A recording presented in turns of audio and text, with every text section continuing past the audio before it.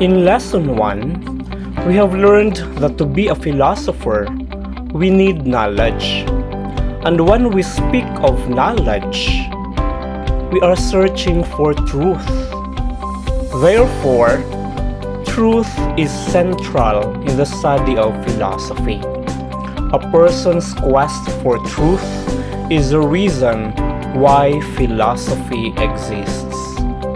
Although oftentimes used synonymously, the terms fact and truth for many philosophers are different. Fact is a piece of information having objective reality which is acknowledged by the greater whole. Truth, on the other hand, is a proposition believed to be the absolute reality. Consider the case of a delinquent student, for example. Many teachers detest the student for her slackness, absences in class, missing projects, and constant failures in exams. It is a fact that this particular student is indeed slack, for many evidences support the said allegation. However, in a sense, this cannot be also the truth. The said student could be experiencing challenges at home, difficulties in coping with the class, or having personality disorders which make him or her delinquent in school. Therefore, the fact that the student is a slack may or may not be truth at all. Opinion is another concept. It is a judgment based on personal convictions, which may or may not be factual, truthful, or false. Regardless of factuality, one's opinion can be free from another's opinion. Distinguishing truth from falsehood can be done through deductive proofing using logic, which will be discussed later in another video. So, theories of truth. Since truth is a vague concept, philosophers formulated several theories to understand truth. So there are three main theories: the correspondence theory, the coherence theory, as well as the pragmatic theory. The correspondence theory is an ancient concept that dates back even to the time of Plato. It is the most popular theory, which states that the truth of a proposition is determined by its relationship. When we say relationship, correspondence to the way things actually are in the world, or reality. Hence, for this realist theory, a proposition is true if only and only if what it contains relates to what is real. Truth, therefore, corresponds to facts. Hence, truth is absolute.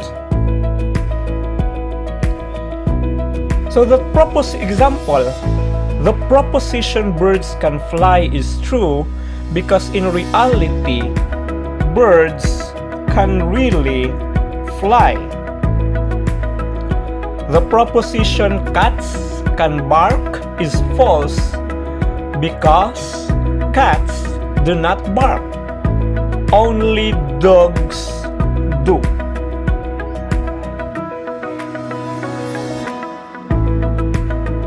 Next is the coherence theory.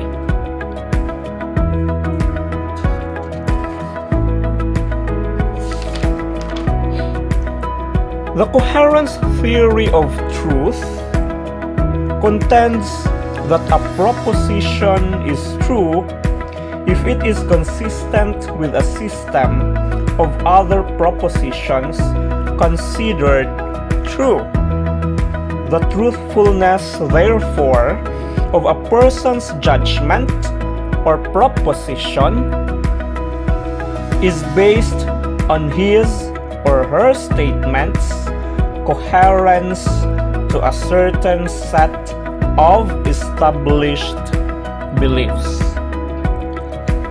This idealist theory of truth puts premium to the culture of a person and his or her set of beliefs as imposed by the society.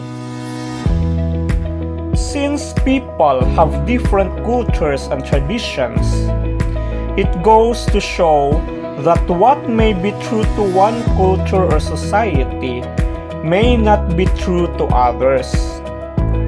There is a possibility of different truths from different perspectives. So for example, the proposition pigs are unclean animals is true to the Muslim community. However, such truth for the Muslims is not shared by the Christians. The theory, which was originally developed by George Wilhelm Friedrich Hegel and Baruch Spinoza, describes how one's interpretation of truth actually works.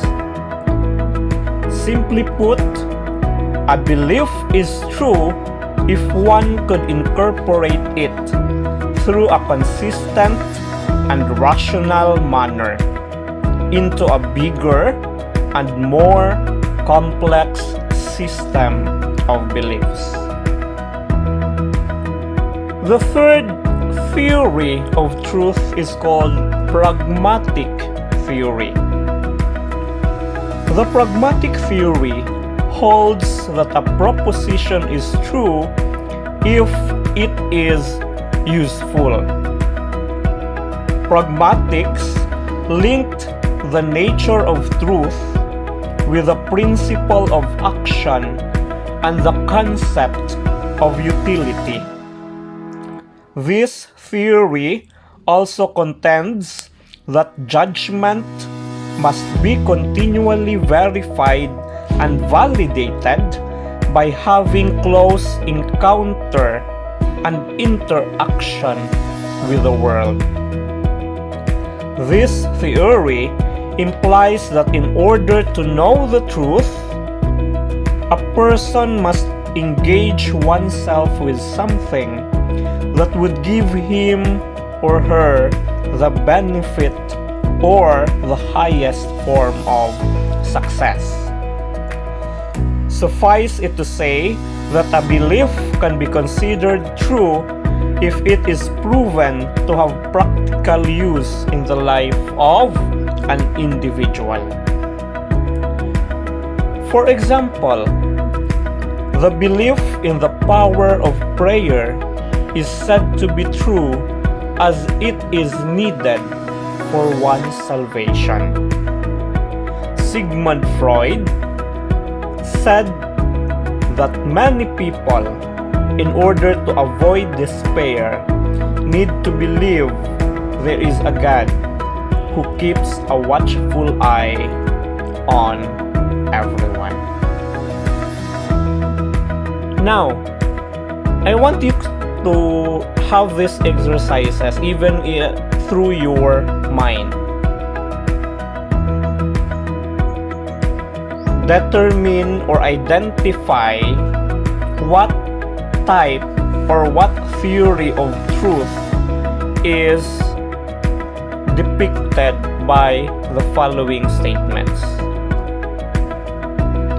Investment in Kappa, Regine, and Alma Miko makes people rich. So what type of theory or what theory of truth is depicted? Okay, it is the pragmatic theory.